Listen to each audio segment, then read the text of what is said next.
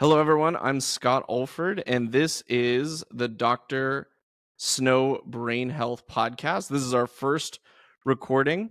So, Dr. Snow and I actually met at an investor event where he was presenting on some of the work that he was doing, and he really sparked my interest. So, we ended up in the same room together and talked through some of these really interesting insights that he had into brain health. And that sparked a conversation that's led to us starting this podcast. So, Dr. Snow, I'd love to hear from you a little bit about how you originally got interested in brain health. What is your why? Like, why are you interested in brain health? Well, I did a lot of work on it over the years. Originally in academia, so I got a PhD in neuropathology. Then I was working at University of Washington, so I was embezzled in academia life. I had a laboratory. I was there 14 years, University of Washington in Seattle. And then I went out and I started a biotechnology company. So I'm sort of unique that I've crossed over from academia into biotechnology. And I was developing a drug for Alzheimer's and Parkinson's. So my research was on neurodegenerative diseases, Alzheimer's, Parkinson's, misfolded protein disorders, orphan drugs. So I did a lot in a biotechnology company, and I dealt with big pharma. I was in the room in most of the big pharma companies. I wrote down a list: Pfizer, Hoffman La Roche, Johnson & Johnson, Wyeth, Eisai in Japan, AstraZeneca, Merck, GlaxoSmithKline. I would give presentations because we were looking for a licensing deal for a drug for Alzheimer's, and I would have 20 PhDs in the room. I mean, they were asking questions every other slide. And an hour presentation went on for 3.5 hours in most of the cases. I could tell you all kinds of stories from big pharma. I know how they think. I know what they're looking for. I know what they're not looking for. And then doing this, as I was in this company, I discovered a plant from the Amazon rainforest, and I got into natural products. And I started another company in 2015, and I left the first company, became the CEO of the second company. And what I found in the long term is that natural products are as good as any drug because most drugs hit a single target. So even the work going on Alzheimer's, they're trying to get an antibody against it, hitting a single target of plaques, let's say beta amyloid plaques, but they're not hitting other targets like tau tangles and inflammation. I found that certain natural products can actually hit multiple targets. So I'm going, wow, all this drug stuff I was doing for like 30 years, I'm going, natural products may actually be the answer. So I started getting into natural product research, started a company, had research labs in the company, started from scratch, just like it did twice. So I started from scratch in academia. I started from scratch in my first company, ended up with like 20 PhDs, research techs, millions of dollars of equipment. We raised a bunch of money trying to do a drug for Alzheimer's, single target.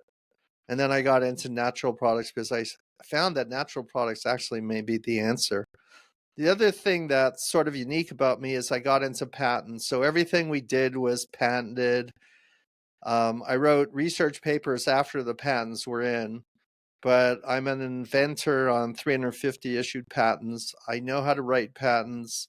I even tell the patent lawyers how to write patents. They always like listen to me, and I tell them, no, you can't have this claim. You got to change the wording to this. And then I even had interviews with the US Patent Office in order to get some patents on natural products, which is very unheard of. So I'm also an entrepreneur. So again, I've come academia, biotech, natural products, patents, entrepreneur.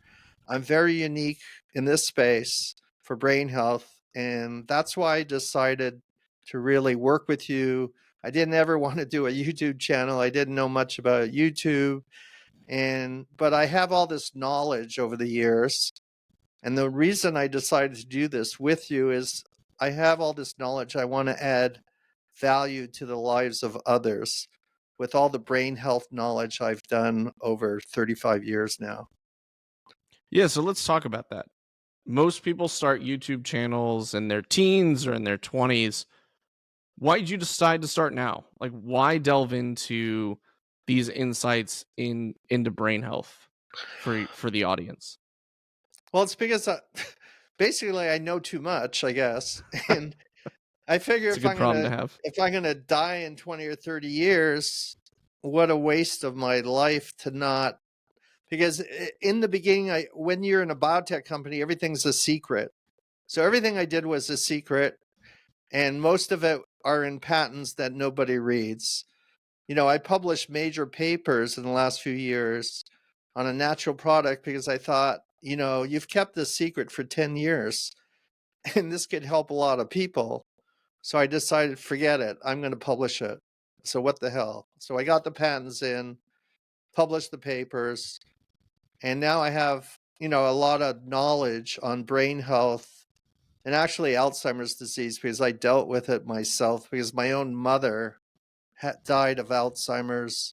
And as a caregiver, I was dealing with that for about 8 years. So I have a lot of knowledge, not only in understanding the science behind what's going on, but also dealing as a caregiver with an Alzheimer's patient who happened to be my mother. Hmm. What did you learn as a caregiver? Wow. Yeah. We're getting, we'll talk about this on another episode, but there's a lot of guilt that you deal with when you watch your own mother go through worsening and worsening because I'm from Toronto, Canada originally. I live in Seattle the last 30 years since I was at University of Washington. That's why I came over here to do a postdoc. Then I ended up staying here. But I used to fly to Toronto. So it's like a 6-hour flight. And I used to go there and visit my mother. First, she was in the senior care facilities, so she was, comprehending pretty well. But then she started losing her memory. It was getting worse and worse. So every time I came there, every 3 to 6 months, let's say, saw her 3 to 4 times a year, I noticed she was getting worse and worse. And eventually she didn't remember where she lived. She didn't remember I took her out for lunch. She didn't remember where she's going. She wanted to go home. There's a lot of guilt that caregivers deal with when they have an Alzheimer's patient that's right in front of them. The patient tends to repeat themselves. You don't understand why they're asking the same question over and over again because they don't remember what they just said. And eventually she had to go to an Alzheimer's care facility. It's very expensive. We had to deal with all the finances, selling the house to use it to pay for her care. And then I was visiting that Alzheimer's center every 3 to 6 months, flew in. It was very guilt wrenching because you always think that it's your fault. Why is my mother getting worse? Like it's my fault. And there's a lot of guilt.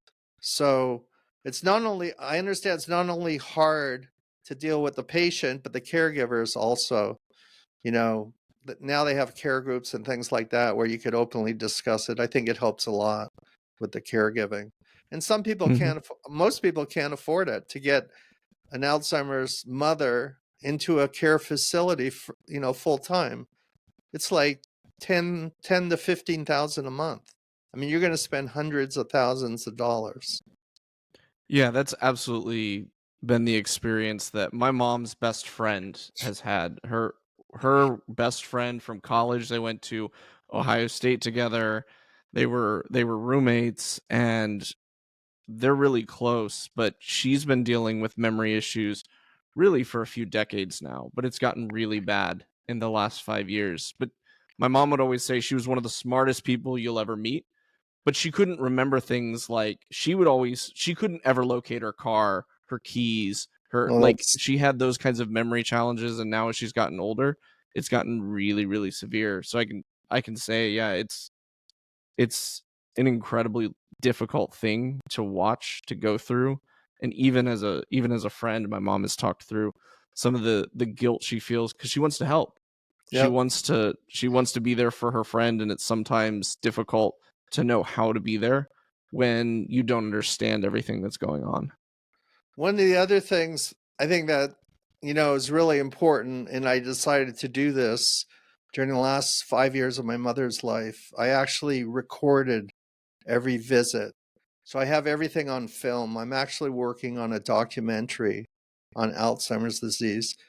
And I'm like a world-renowned Alzheimer's researcher, but yet I couldn't even help my own mother, who went through Alzheimer's and actually died at the end of Alzheimer's and her whole body giving out.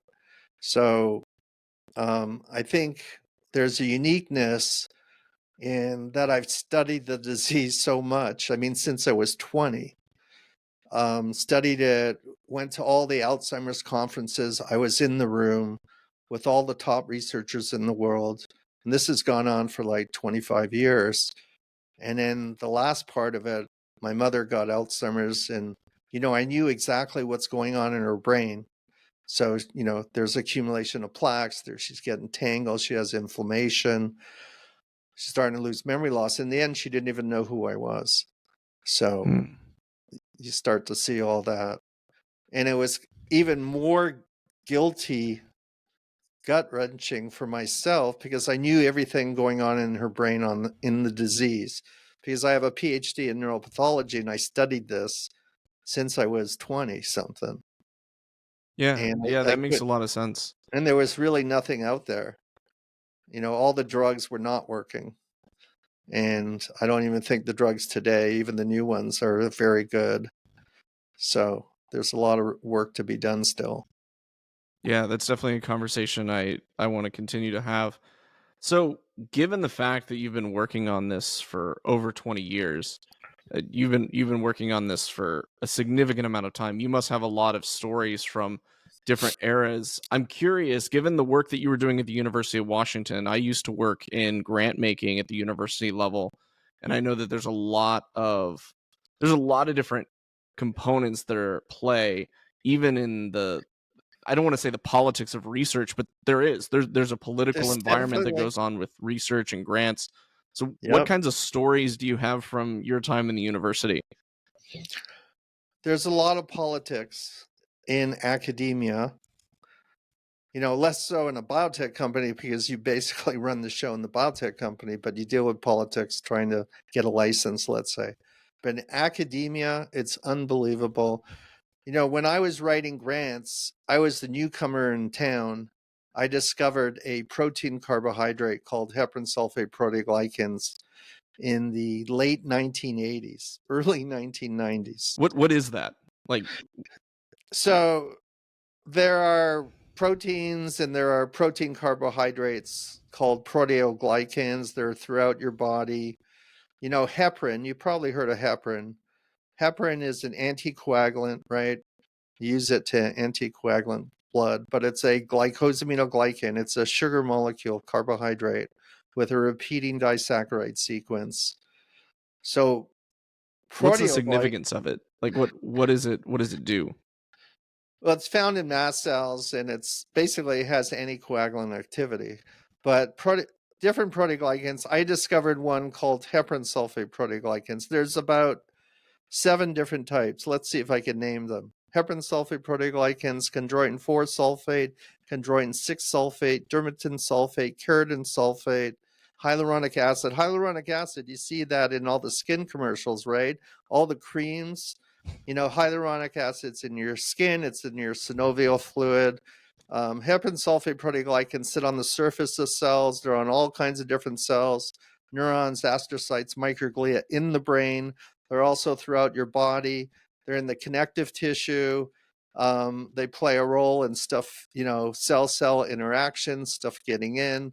So I discovered that it's actually, we could get into this on another time. It was an amazing discovery. And I actually ended up working with the guy who won the Nobel Prize in 1997, Dr. Stanley Prusner. And he worked on mad cow disease, prion diseases. And the stories I could tell you, this guy was like a pioneer, like I want to be him. And he would go to all these meetings and say, I've discovered a proteinaceous infectious particle. That's what a prion is. Prion is. So it gets into cells in a propagates across many cells, spreads through your brain. Nobody believed him. I was at all these conferences. He would talk, and people would stand up and said, "This is crap. How could you have a proteinaceous infectious particle? How could a protein cross over and spread throughout your brain?" And they were putting him down at every conference I went to. And I was going to like 3 or 4 conferences a year on Alzheimer's, Parkinson's, all of them. He was put down. Guess what? He turned out to be right. So all the naysayers over the years, I used to hear this guy be put down again. This guy's kind of a genius, you know. This guy's doing research. He was at he still is University of California, San Francisco, and his research is quite amazing. And I actually here's the story. I interviewed to do a postdoc in his lab. This is before I didn't know whether I was going to University of Washington or University of California, San Francisco. I interviewed, and at the same time, they had a magazine come in and do an interview, and they put him down. He thought it was a positive spin, but when the magazine wrote the article, it was all like he was a dictator on prions and mad cow disease and this and that.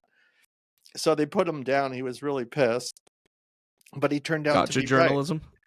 Turned out to be, yeah, gotcha journalism, but turned out to be right. So, so I was in the good faith of getting grants because I had some new ideas, and I was getting a lot of grants when I was at the University of Washington. And even when I started my first company, left the university, was working on drugs for Alzheimer's and Parkinson's, I was getting a bunch of grants. They're multi-million-dollar grants. I started a company from nothing. And at the end, I had like 25 people, PhDs, research techs, equipment.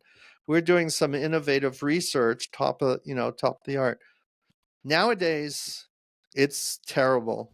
I believe the science is terrible because there's a lot of politics in what gets published, who gets funding.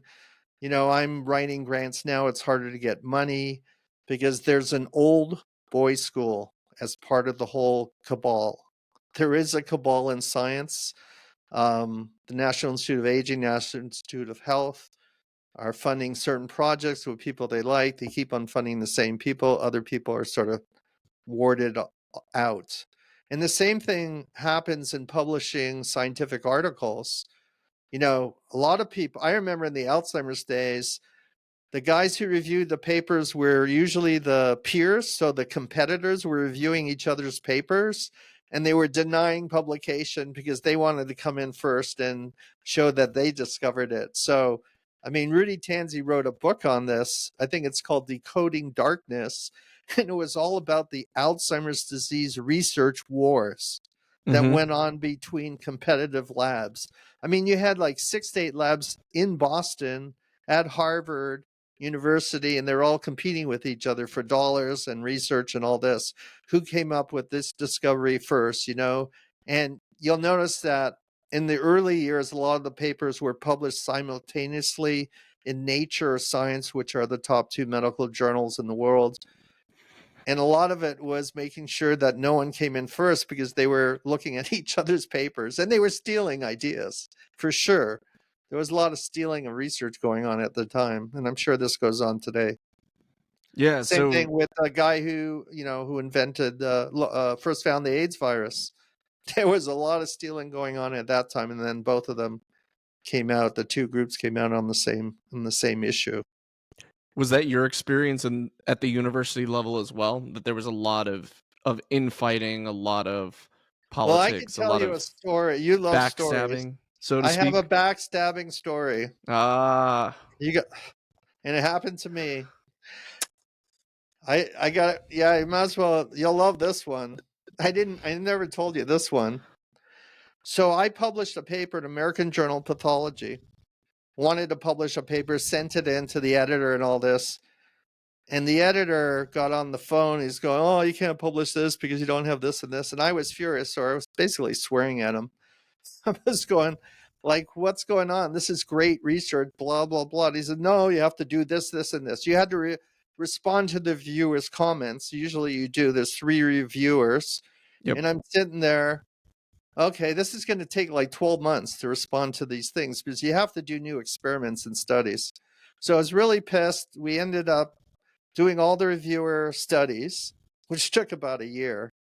Sent it back in, finally got published. I was still pissed off at this guy. He didn't have, he was on the East Coast. Get this. He was on the East Coast, I think in New Jersey, and he was the editor-in-chief of American Journal of Pathology. I won't give his name. A month later, we had a new chairman in the Department of Pathology, where I was part of as a research associate professor. Guess who it was? It was the guy from the East Coast. And as soon as I had my Oh, first no meeting way. with him, yes, this is why you don't burn bridges, I guess, is my thing I should learn over, many years of life. He gave me shit for 5 years while I was at University of Washington, made my life miserable. And then when I got a promotion, because I went from a research assistant professor to a research associate professor, I was supposed to get a raise of, 15,000, 20,000. He gave me a raise of 3,000.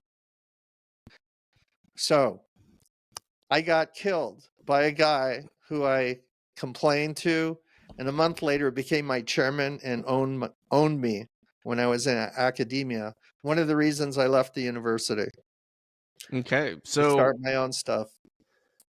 let's talk about that. What did you learn working in the world of biotech, and why did you decide to jump into brain health, neurodegenerative diseases in the world of biotech? Well, that was my knowledge at the time when I was at University of Washington. That's all I was working on Alzheimer's, so that was my main focus. Then I got into misfolded protein disorders, which includes Parkinson's disease. So I actually ended up getting a big grant from the Michael J. Fox Foundation for Parkinson's disease research. I had a $3.5 million grant.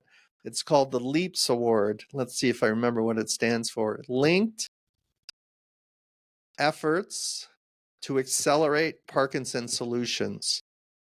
Oh, So it's nice. linked efforts. I had 8 institutions who were developing a small molecule drug for Parkinson's that honed in on the Lewy bodies. So the Lewy bodies are found in the brain of Parkinson's patients, and it consists of a protein called alpha-synuclein. So alpha-synuclein was misfolding in an inappropriate way, and I was trying to develop a drug to get in and help with that. And, dopamine is very important for, gait mobility, and they have a lower dopamine level, and that's why, they have the dopamine drugs trying to elevate that and all that. But it was pretty cool, though. I went to New York a lot. I actually met Michael J. Fox in one meeting because he's an amazing person who's pushing a lot of research, brought in a lot of dollars as an actor, as you know. And this was a great organization. So I had the biggest award there was. It's the LEAPS Award. There's only one given a year. So one year I had it for like 5 years, and we're Oh, developing wow. drug. We pushed That's the drug all fantastic. the way. Yeah. What did you like, what was the end result of that? Like, what did you all develop as a part of that? Because I realize research, it's Oh man. messy, right? It doesn't always Yeah. lead you to the breakthrough discovery, but what did you learn as a part of the Leaps Award, Well, organizing all those we teams and we individuals to focused on a series of drugs, and then we honed it down to a few. And then here's what happened. We actually did not get it renewed because the drug, I guess, didn't show the promise that we thought it would. Hmm. So we came down to something, and it's one of these, but they kept on, is it really going to work? And they didn't want to put money into a clinical trial. So it got abandoned later on. And this is what happens in research a lot, is that you hone in, and I found this out, especially with Alzheimer's disease. I mean, to pay for human clinical trials, phase 2, where you have thousands of patients. So they have different phases, clinical trial, phase 1, 2, 3. Phase 1 is mostly safety in a few patients, make sure you don't kill them, make sure it's safe. Look at the pharmacokinetics. Phase 2 is more like, okay, we're going to take 1,000 Alzheimer's patients and treat them. Those phase 2 trials probably cost $50 to $100 million. And then phase 3, that only the big pharma can afford, is probably tens of thousands of patients, maybe 10,000, 20,000. That's got to cost over 100 million. So if you don't have $100 million in a small biotech company, if you don't partner with big pharma, you'll never develop a drug. And so that was one of the things I found out in my first company, is that, you need a lot of money to push this along. And if you don't have a deal, it's hard to do. In my first biotech company, I have another story for you, concerning biotech. Oh, I'm all ears. We negotiated a deal for a year with GlaxoSmithKline to do a Parkinson's disease drug, actually, that we're bringing in. It was ready to go. I was excited because it was $5 million up front plus research milestones. So this is a big deal. Like, I worked my whole career on this. The night before, they got a new CEO, and he decided to pull the plug after a year. I'm telling you, a year of negotiations, documents, lawyers, patent technology, going through everything. And they pulled the plug and said they didn't want to do a phase 1 clinical trial. And this is because a new CEO came in and decided to pull it because he was showing, well, I don't want to do this. I want to focus on this. So all the management approved it all the way to the top, right? It was supposed to go. And the guy just, we're not going to do this. So, I mean, that happens in biotechnology, especially the smaller companies like what we had, trying to license with big pharma. So like I said, I have many stories of big pharma. I've been in the room in most of the big pharmas. This is where you come in, you get a tag, it has your name on it, you go through security. I remember going to Pfizer. This is like 20 years ago, and they have a parking lot with all the different drugs. So there's a Viagra parking lot. Whoa. Okay. At Pfizer. and it was like, if you ever been to Disney World where you have all the different theme parks, this is what Pfizer was like. Johnson & Johnson, huge. I mean, you could, it's almost like being at Apple, big pharma. They have so much money, it's unbelievable. This is why they keep on making drugs and keep on charging you for a drug for a disease that usually didn't exist before. Like erectile dysfunction, did that exist like 50 years ago? No one ever heard it. They made it up. I mean, it's a thing, but you certainly can sell a bunch of those Viagra pills and make a lot of money. More money than God, as they say. Yep. Yeah. So So a lot of I stories want to of ask big you a question pharma. about that, because I'm always really interested in this. One of the questions, or I mean, pseudo accusations that's leveled at the pharmaceutical industry is that they're really focused on treating symptoms and managing systems, things like pain, things like, other kinds of symptoms, rather than dealing with root causes. Based on your experience working in the pharma industry, how accurate is that critique of the industry? Well, let's be controversial, and I'll tell you the truth. I don't think major drug companies want to find a solution. They make more money. I don't. I think they had the cure for Alzheimer's, the cure for cancer, the cure for this and that, and they kept it at bay. They did the same thing with us. When we went into pharmaceutical companies, they signed these confidentiality agreements, these NDAs, non-disclosure. They basically took everything I said over an hour, showing them molecules and very proprietary things, basically stole it. And and I know one company that actually made a drug out of the stuff that I showed them. I won't mention the name, but if you went to court to sue them, you better have $10 million to be able to get that back and show that they actually stole it from you, because they'll never happen. And I believe that drug companies basically don't want to find the cure, because you're right. They'd rather treat the symptoms, or, even, I could say, even the Alzheimer's drugs that are going after one target, like the recent Biogen drug, it improves 27%. Okay, that's great and everything, but it's not going after the cure. It's not hitting 3 targets that it should.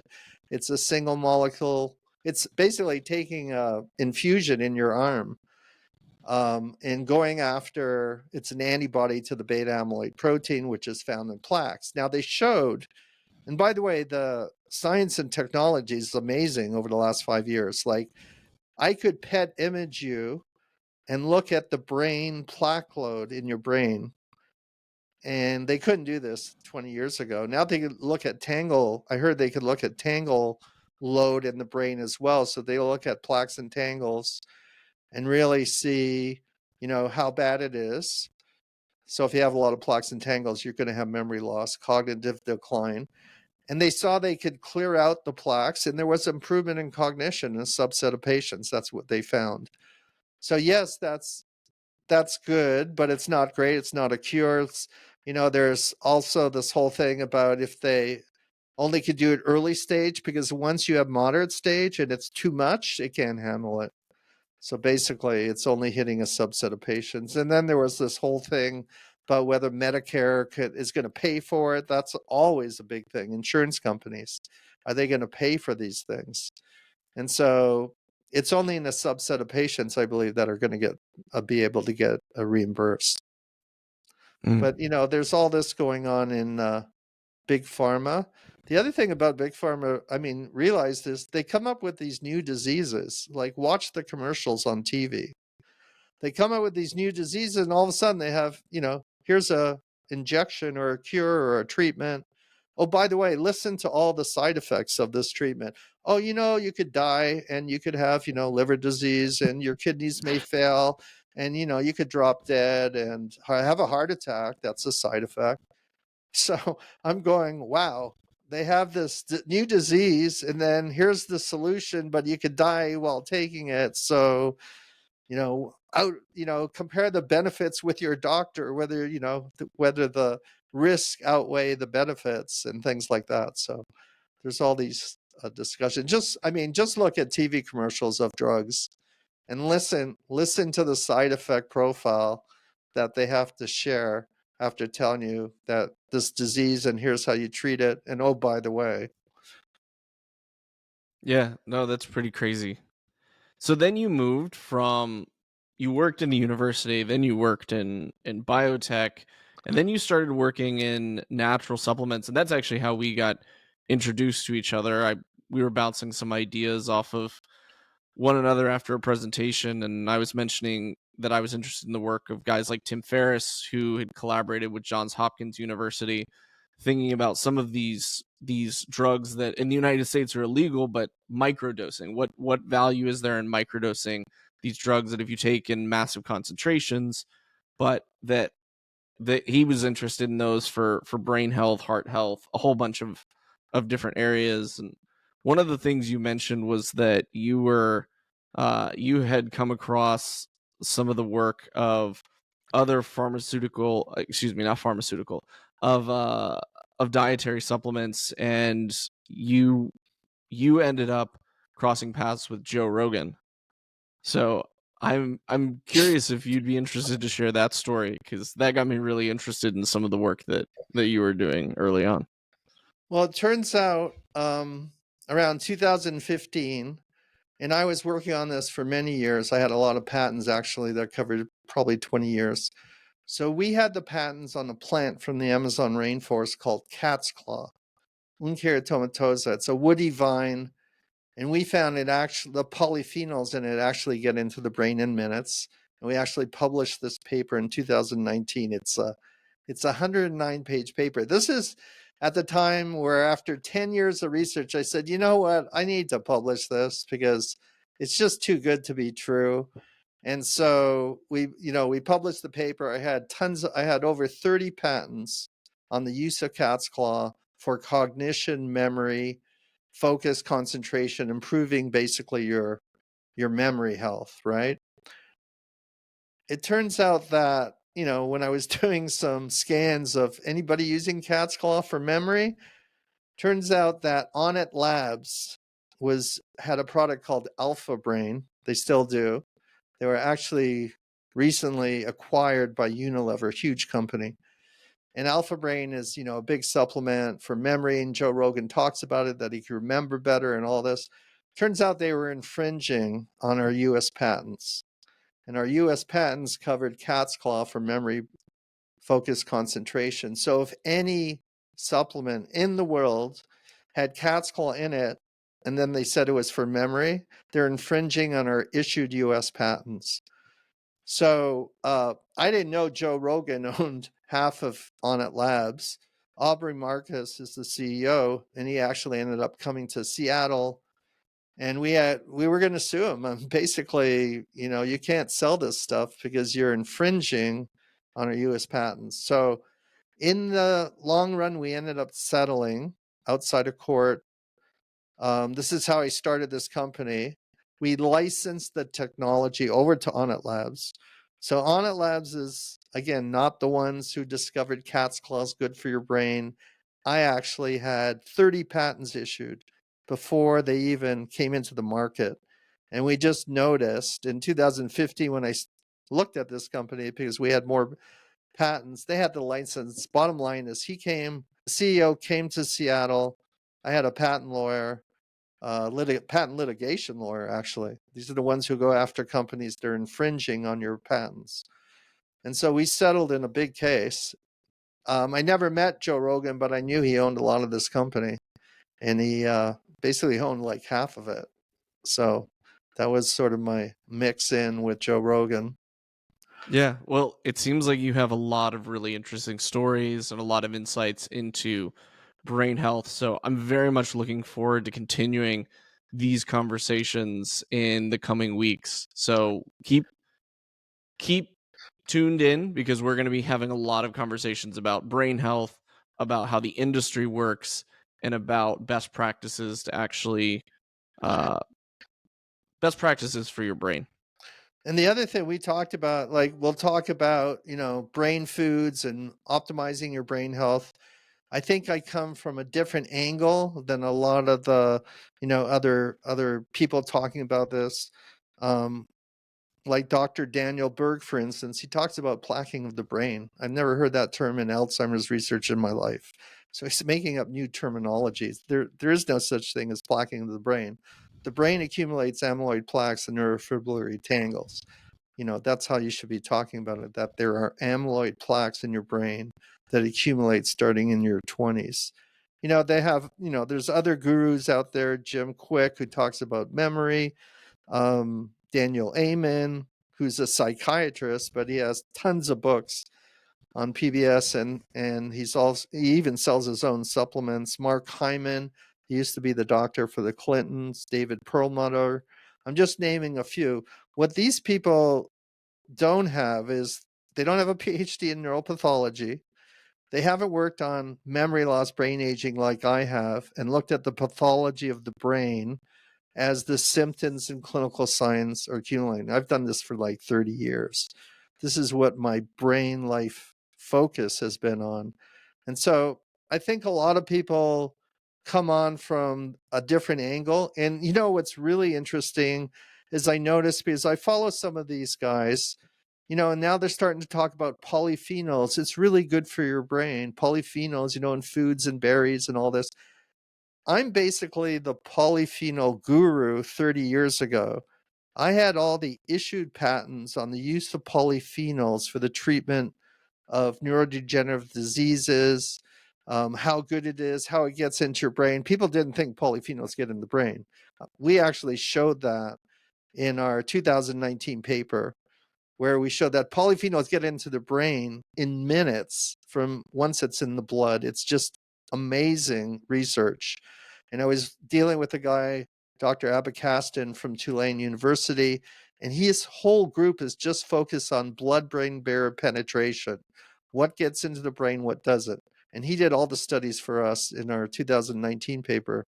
So I think that what I'm trying to get at is I come from a different angle, and I've really dealt immersely into this science and research, whereas a lot of these other people are coming in because they see an opportunity. Oh, it's an opportunity to talk about polyphenols and how good they are. I've been having patents issued 25 years ago. on polyhydroxylated aromatic compounds for the treatment of misfolded protein disorders and neurodegenerative diseases. So at the time that, curcumin, you've heard of this, curcumin, resveratrol was a big deal. These are polyphenols, but we actually showed that epicatechin, we could talk about epicatechin dimers, things that are called proanthocyanidins that are in like red wine, grapeseed extract, blueberries, other things that are really, we actually figured out the mechanism, not only how they get in the brain, but what they do to the aging brain. And we could talk about that in another, webcast All in right, in we a should week do or that so. soon. Thank you so Okay, much, now you got Alan. me Appreciate your babbling. time. Hopefully I'll stop babbling and get into the main focus in our next talk. All Sounds right, good. sounds Thanks a good. lot, Scott.